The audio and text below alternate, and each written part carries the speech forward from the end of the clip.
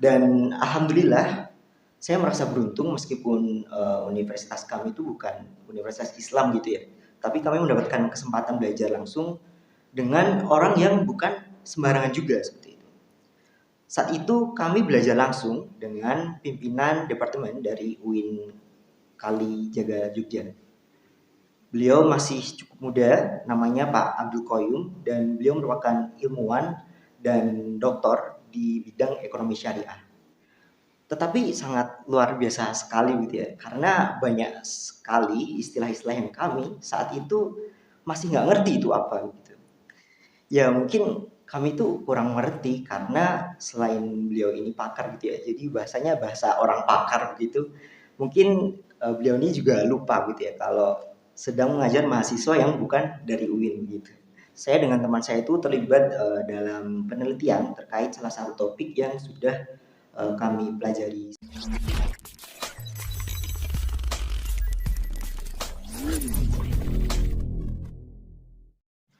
Assalamualaikum warahmatullahi wabarakatuh. Alhamdulillah, alhamdulillahirabbil alamin, arrahmanirrahim, maliki yaumiddin. Jemaah salat subuh yang dimuliakan oleh Allah.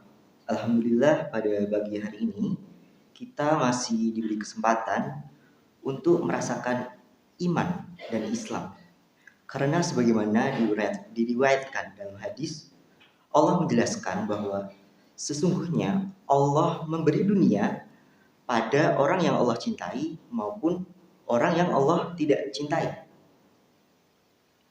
Akan tetapi iman hanya diberikan oleh Allah kepada orang yang Allah cintai saja.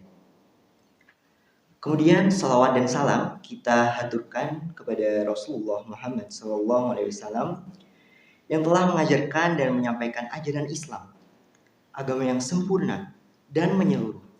Meskipun ajaran tersebut merupakan ajaran dari 1400 tahun yang lalu. Jadi kalau zaman Majapahit itu 700 tahun yang lalu, berarti ajaran Islam itu 2 kali lebih tua dari zaman Majapahit. Dan itu sangat-sangat tua sekali berarti. Akan tetapi ajaran-ajaran Islam itu masih relevan hingga sampai saat ini. Jemaah sholat subuh yang dimuliakan oleh Allah. Alhamdulillah tepat pada setengah tahun yang lalu saya beruntung mendapatkan kesempatan untuk belajar agama spesifik pada lingkup bidang yang kami tekuni di universitas kami, yaitu ekonomi dan bisnis. Dan alhamdulillah saya merasa beruntung meskipun universitas kami itu bukan universitas Islam gitu ya, tapi kami mendapatkan kesempatan belajar langsung dengan orang yang bukan sembarangan juga, seperti itu. Saat itu kami belajar langsung dengan pimpinan departemen dari UIN Kalijaga, Jogja. Beliau masih cukup muda, namanya Pak Abdul Qoyum, dan beliau merupakan ilmuwan dan doktor di bidang ekonomi syariah. Jadi saya itu kaget waktu itu. Saya kira pembelajaran saat itu tuh mempelajari terkait hukum zakat gitu ya, cara penyaluran zakat, ataupun materi-materi yang sudah kami pelajari di masa sekolah seperti waktu SMA gitu ya. Tetapi sangat luar biasa sekali gitu ya, karena banyak sekali istilah-istilah yang kami saat itu masih nggak ngerti itu apa gitu. Ya mungkin kami tuh kurang mengerti karena selain beliau ini pakar gitu ya, jadi bahasanya bahasa orang pakar gitu. Mungkin beliau ini juga lupa gitu ya kalau sedang mengajar mahasiswa yang bukan dari UIN gitu. Tapi tidak mengapa, seiring berjalannya waktu kami mulai terbiasa dan familiar dengan apa yang beliau ajarkan gitu. Bahkan setelah itu semester depannya atau semester ini ya berarti, saya dengan teman saya itu terlibat dalam penelitian terkait salah satu topik yang sudah kami pelajari saat itu. Dan salah satu cara pandang yang dapat dijadikan pembelajaran saat itu adalah agama kita ini sangat-sangat sempurna dan lengkap sekali. Sebagaimana yang sudah kita ketahui juga ya, Islam itu mengatur seperti masalah-masalah sepele, kayak cara tidur itu harus menghadap kemana begitu ya, cara makan sebaiknya mengunyah berapa kali, masuk dan keluar dari masjid itu menggunakan kaki apa gitu, hingga perkara besar seperti ngurus uang atau duit gitu. Bahkan mungkin saking pentingnya ya, sampai ada yang mengatakan uang itu memang tidak dibawa mati. Tapi kalau tidak ada uang, itu rasanya seperti mau mati gitu. Itu guyon-guyon di WA seperti itu gitu. Tapi jemaah sekalian, berbicara mengenai uang atau ekonomi secara umum, khususnya ekonomi Islam ya.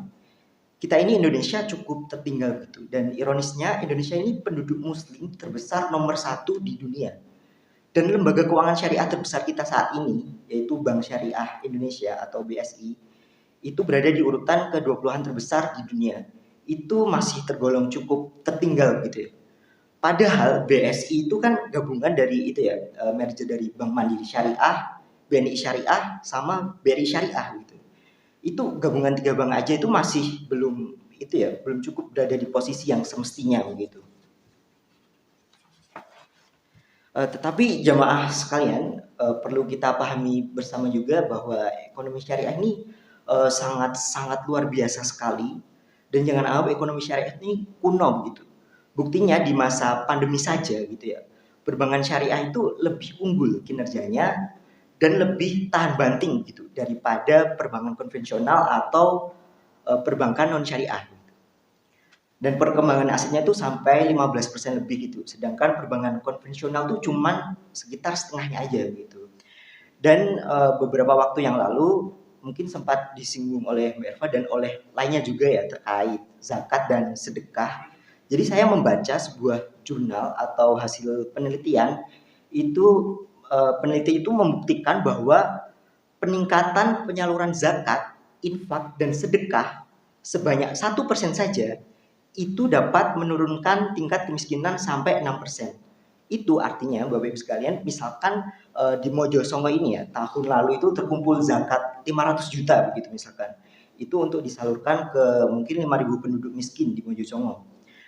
Kemudian tahun ini penyaluran zakat itu naik 1% atau naik sebesar 5 juta gitu, atau menjadi 505 juta.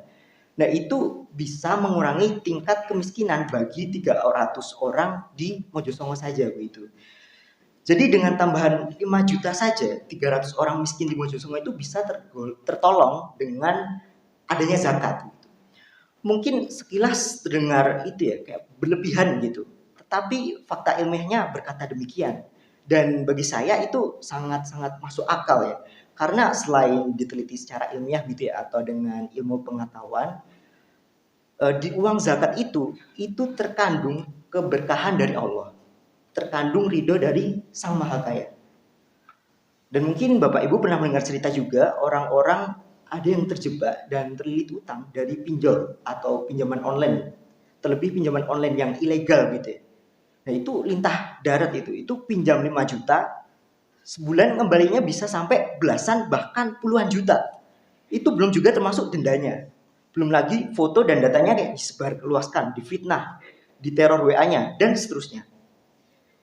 Itu orang-orang seperti itu bisa dipastikan nggak kenal keuangan syariah gitu. Dan itu udah sial dan nggak berkah lagi gitu. Padahal kita ambil contoh di itu tadi ya, BSI tadi.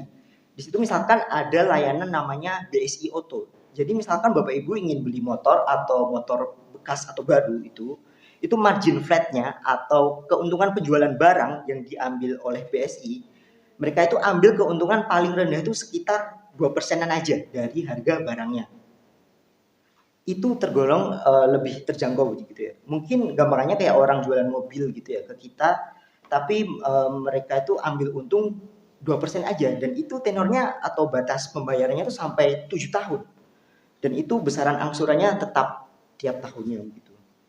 Jadi Bapak Ibu sekalian, ketika udah ada yang murah, gampang dan berkah lagi.